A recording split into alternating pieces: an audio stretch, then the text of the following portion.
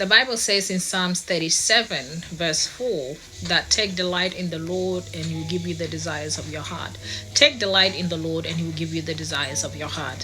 Simply put, we shouldn't be delighting in the Lord because he has answered a prayer. We shouldn't be praising God and worshiping God because he's done something for us. We should actually be delighting in the Lord by spending that intentional time with him, not because we're seeking for something, not because we're asking for something, not because we are in a crisis, but because we enjoy being in his presence, because he is God and we enjoy being with him.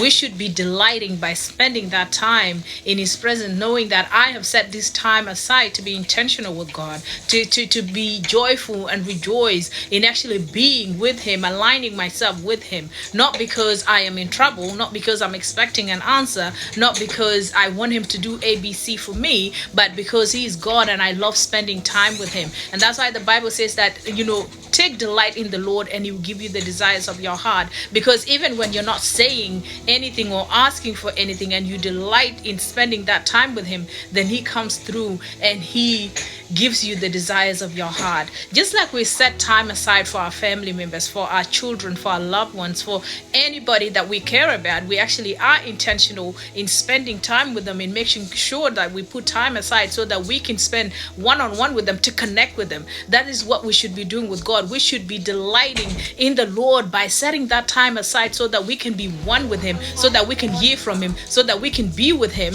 and then he will give us the desires of our hearts, just because he's so pleased with us. The fact that we are being intentional in taking that time to delight in him, not because you've answered a prayer, not because you've answered a miracle, but because you are God and I'm going to be taking that time to delight. So delight in the Lord and he'll give you the desires of your heart. God bless. Take care.